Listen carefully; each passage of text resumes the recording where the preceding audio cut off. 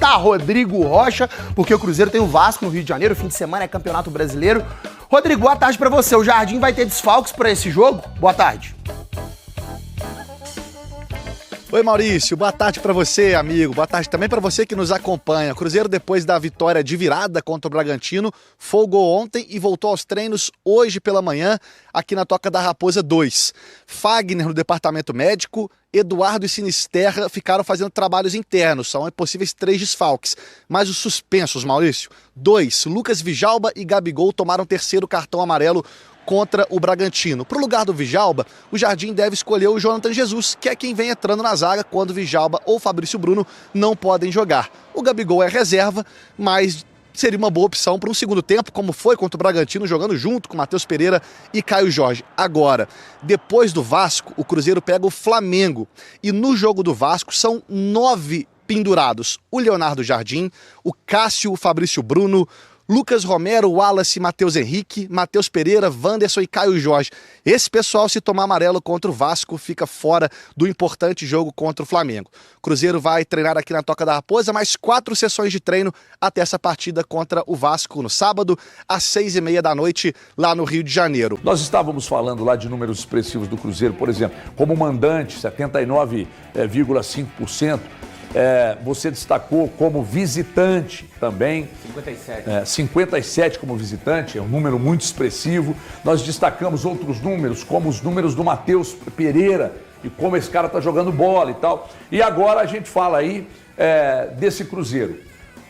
Pouca posse de bola e muita bola na rede, muitas vitórias e um time contundente. Eu gostaria que você falasse disso nesta edição que está começando agora. Boa tarde. Boa tarde, HG. Boa tarde aos companheiros no estúdio, a quem nos assiste. É o cenário ideal, né? Principalmente o torcedor cruzeirense que conviveu nas últimas edições, 23 e 24, com um time que criava várias situações de gols, mas tinha muita dificuldade de convertê-las. E o Cruzeiro nessa temporada é exatamente o oposto de tudo isso, né? Precisa de menos toques e é um time que a gente já mostrou aqui também, com esses dados, isso prova que o Cruzeiro é o time mais letal do Campeonato Brasileiro. Se é o time que menos precisa de toques para fazer um gol, isso está mostrado através de estudo, não é uma opinião, né? É importante dizer, eu nem gosto, né? Claro que eu pelo menos aponto essa como a principal característica em termos do Cruzeiro sendo ofensivo, com a posse de bola, essa de menos toques para fazer um gol. Mas é importante a gente salientar também que o Cruzeiro, em jogos como o jogo contra o Red Bull Bragantino, teve mais posse de bola, um adversário que até surpreendentemente para mim acabou sendo mais defensivo do que eu esperava. O Cruzeiro também já venceu jogos assim, então, o Cruzeiro quando tem que ter a posse de bola, ele tem um pouco mais de dificuldade, tem a dificuldade que qualquer adversário tem quando uma equipe está mais retraída. Mas o Cruzeiro já venceu jogos assim com mais posse de bola, contra o Red Bull Bragantino, contra o próprio Sport fora de casa, contra o Grêmio no Mineirão, e com certeza tem uma lista, até depois que eu vou levantar, jogos no Campeonato Brasileiro que o Cruzeiro teve mais posse de bola, são a menor parte, evidentemente. Todo mundo sabe que a equipe do Leonardo Jardim, a característica desses jogadores que ele conseguiu reunir, eles se sentem mais à vontade exatamente fazendo esse jogo de transição. Mas o Cruzeiro também já terminou se defendendo bastante, até com uma linha de 5, nunca vou esquecer do jogo que o Cruzeiro venceu lá no Maracanã. Fato é que essa é uma característica que salta muito aos olhos, mas é um time que vai se tornando ali no Campeonato Brasileiro, vai habilitando novas capacidades, né? A capacidade mais recente que este elenco conseguiu habilitar é a capacidade de virar jogos. Isso não é uma constante no futebol, mas é importante também uma equipe mostrar para o seu adversário que mesmo quando sai atrás, não se desorganiza, não abre mão do jogo que acredita e sabe fazer dentro de campo. Só deu mais uma valência para o Cruzeiro, né? Boa tarde para todo mundo. Essa questão que o Valor chamou a atenção, dos 2 últimos jogos, o Cruzeiro ter virado as partidas, né? Venceu o Bahia de virada, um jogo dificílimo, muito difícil. O Bahia tem uma equipe muito boa, estava muito bem na partida. É um jogo que a gente coloca que o Cruzeiro se superou de forma muito atraente porque o Bahia vinha dominando a partida e o Cruzeiro se superou ali e conseguiu buscar a vitória. A mesma coisa contra o Bragantino, o Cruzeiro fez um primeiro tempo bem abaixo do normal, o Bragantino foi muito bem e o Cruzeiro se superou mais uma vez, então é mais uma valência para esse Cruzeiro. Na reportagem que o Gabriel fez, muito bem feito por sinal, cheio de números, cheio de pontos para a gente fazer uma análise, o Gabriel chamou a atenção para o número de cartões amarelos do Cruzeiro, né, que é muito maior do que o do Palmeiras e o Flamengo. As três equipes estão nessa disputa pelo título do Campeonato Brasileiro. E você sabe que não é uma coisa que não me incomoda, muito pelo contrário, me atrai. O quê? Porque o Cruzeiro não é um time violento. O Cruzeiro não é violento. Não é. O Cruzeiro é tático. E a falta faz parte da organização tática.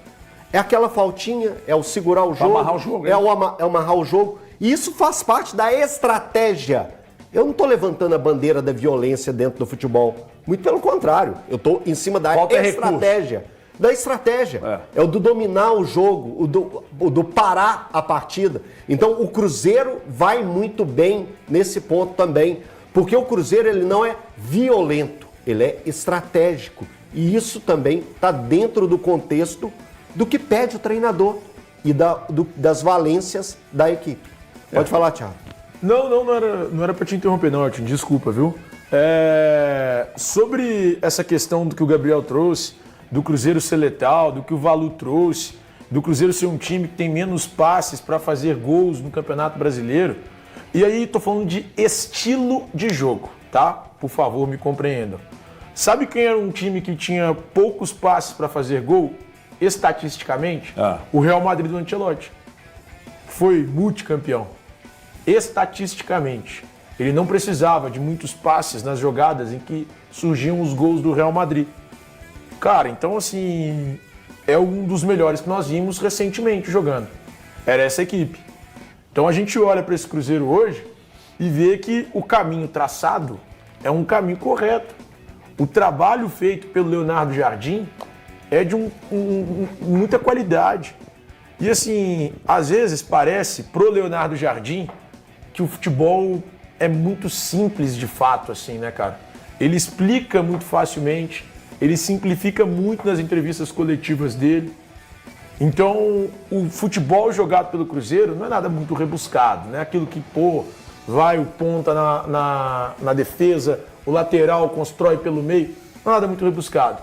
É um futebol simples, objetivo e de um time que hoje briga por títulos. Torcida Celeste, tudo bem com vocês? Amigas e amigos, eu tô chegando com tudo nessa quarta-feira, com muitas informações do nosso Cruzeiro que tá vivendo uma fase extraordinária. Cruzeiro tá vivendo uma fase espetacular. A equipe do Leonardo Jardim vem ganhando moral, vem ganhando credibilidade no Campeonato Brasileiro e isso é muito importante. Vocês concordam? Quero saber o que vocês acham sobre tudo isso que vocês estão vendo, né? O Cruzeiro ganhando, é um time que não tem muita posse de bola, mas é muito objetivo naquilo que quer. É um time que ataca o adversário, agride o adversário, faz gols, né? Então assim, parabéns, eu tô muito, muito feliz com tudo isso que eu tô vendo da equipe do Cruzeiro. Vocês concordam? O que vocês acham, amigas e amigos, sobre tudo isso que o Cruzeiro está passando? É uma fase extraordinária. Deixa aqui nos comentários que eu quero ouvir a opinião de todos vocês. E agora falando sobre Mercadão da Bola, Cebolinha